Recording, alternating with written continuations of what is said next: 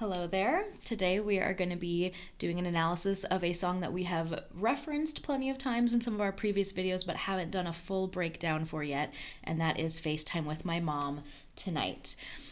Just so you know, we are using the Netflix is a joke version, so I am anticipating some copyright issues. I'm going to be trying to pause pretty frequently to avoid that, but if you notice that there's any little snippets that seem to be missing and have been taken out, that's probably why. Again, well, hopefully we'll be able to avoid that, but just in case, I wanted to give you that disclaimer now.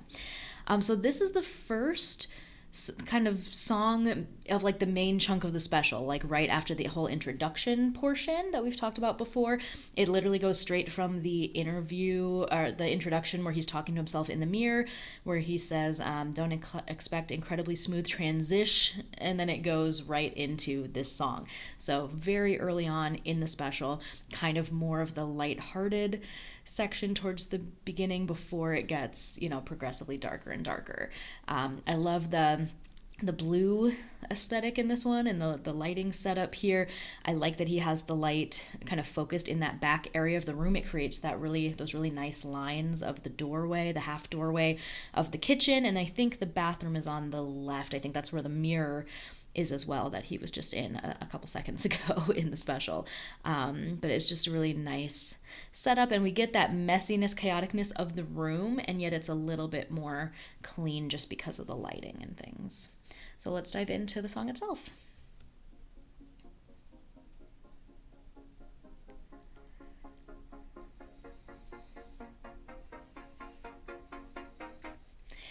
All right, so first of all, I do love the, if you were listening with headphones, which I'm not today, but the panning of this first part, and it's going to continue when I hit play again, is really nice on the little introduction here, and the way it kind of crescendos and gets bigger is fun. This shot is interesting in that it's the very, very blue, him being alone kind of on one side of the shot where he has a lot of extra empty space, gives a little bit of that kind of like lonely vibes, that plus his facial expression, where it just feels a little blue and a little lonely and a little depressed maybe. I love that you can see he's like watching himself in the monitor here to make sure the shot looks okay. But again, just like a second ago in the mirror, he's kind of just staring at himself essentially. Again, we get to see the screen. We see all the things plugged in on the wall here. We see like dirty dishes, and so it's clear that he's kind of living and working in this space, right? It's feels like a very lived in space. It's not a clean cut like you would see in a lot of music videos or things. And this one does feel more like a music video than a lot of the other songs.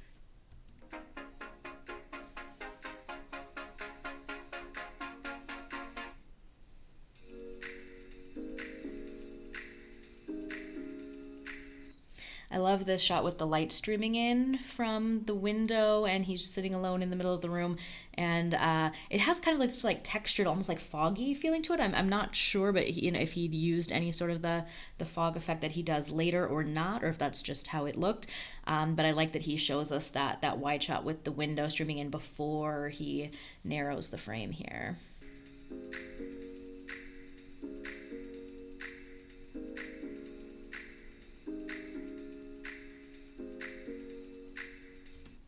And I like his decision to adjust the aspect ratios, and that's something he does several times throughout the special. This being the first instance of that, where he puts it into the iPhone aspect ratio, which makes sense for a song about FaceTime, right? And makes things a little more visually interesting. Pour me a drink and clear my schedule. I'm a FaceTime with my mom tonight. These 40 minutes are essential. I'm a FaceTime with my mom tonight. I love that Inside gave him the opportunity to harmonize with himself. Already we're getting a sort of kind of almost like boy band music video kind of vibes. I don't know if it's really like 80s or maybe 90s, I don't know, but that sort of aesthetic. And I love that it's shot like that, like kind of like a moody boy band sort of music video. And he does mention here these 40 minutes are essential, which I think is interesting because to me that makes me think of Zoom and how during the pandemic a lot of people were using Zoom. But if you didn't want to pay for an account, you got 40 minutes and that was it. And then that was your time limit unless you wanted to, spend money to have an actual like unlimited time account. And so I think that's probably the reference there of why he picked 40 minutes. But it is interesting, though, that he doesn't use Zoom in this. He uses FaceTime. That could have been partially just because the syllables worked better, or that's, literally what he was using. I think he mentions a lot of different digital media corporations throughout this special, and that's kind of a motif and a theme that's going on. And so I think maybe making it about Apple as opposed to Zoom, because Apple is one of those more the type of corporations and things that he is talking about in this special, could have been why as well. I don't know. Also, the Zoom wouldn't have been this aspect ratio, so maybe he wanted to play with that too in visuals. I call, she answers, and her hair is wet. I say, did you just shower? She says, how'd you guess? I say, your hair is wet. She says, oh yeah. I just, relate to that so hard, right? I think we all can. Just the meaningless, mindless kind of conversations that we would have with loved ones, especially during the pandemic, especially if you were living alone. I was living just with me and a roommate.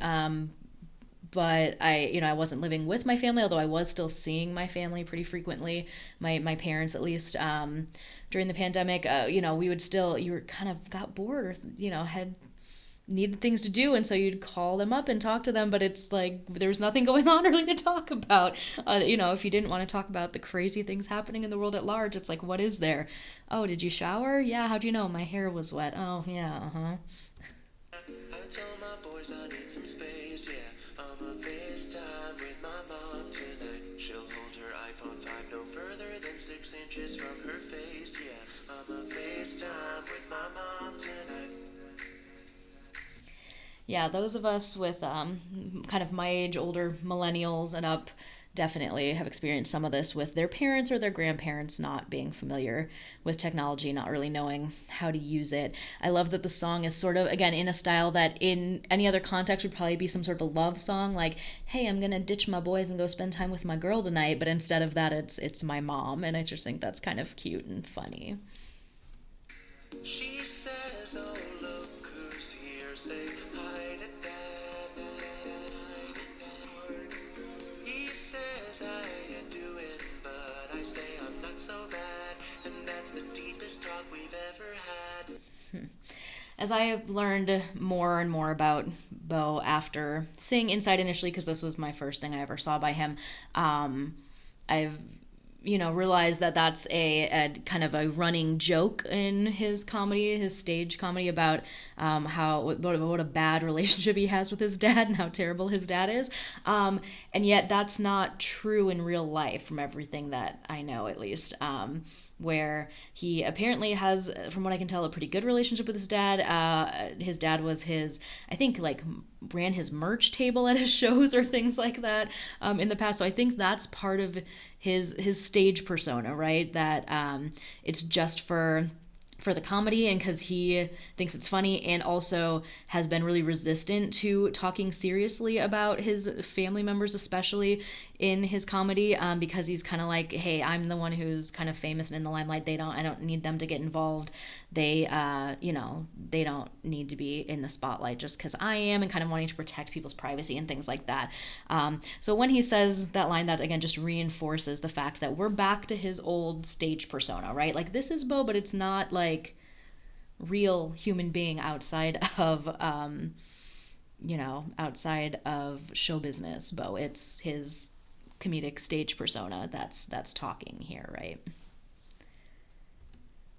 Watching as she looks for her glasses. I'm a FaceTime with my mom tonight. She'll tell me all about the season 6 finale of The Blacklist. I'm a FaceTime with my mom tonight.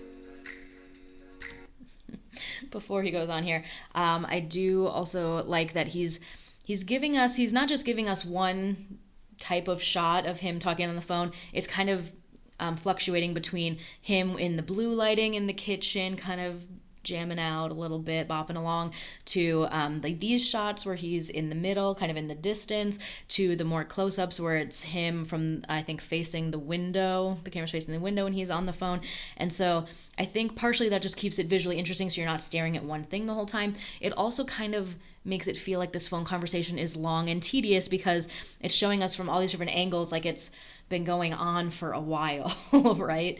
And I think that, again, helps to create that feeling that, like, it's just a long, kind of boring conversation with my mom. My mother's covering her camera with her thumb. I'll waste my time FaceTiming with my mom. I love the blackouts there with that. And just the line, I'll waste my time FaceTiming with my mom.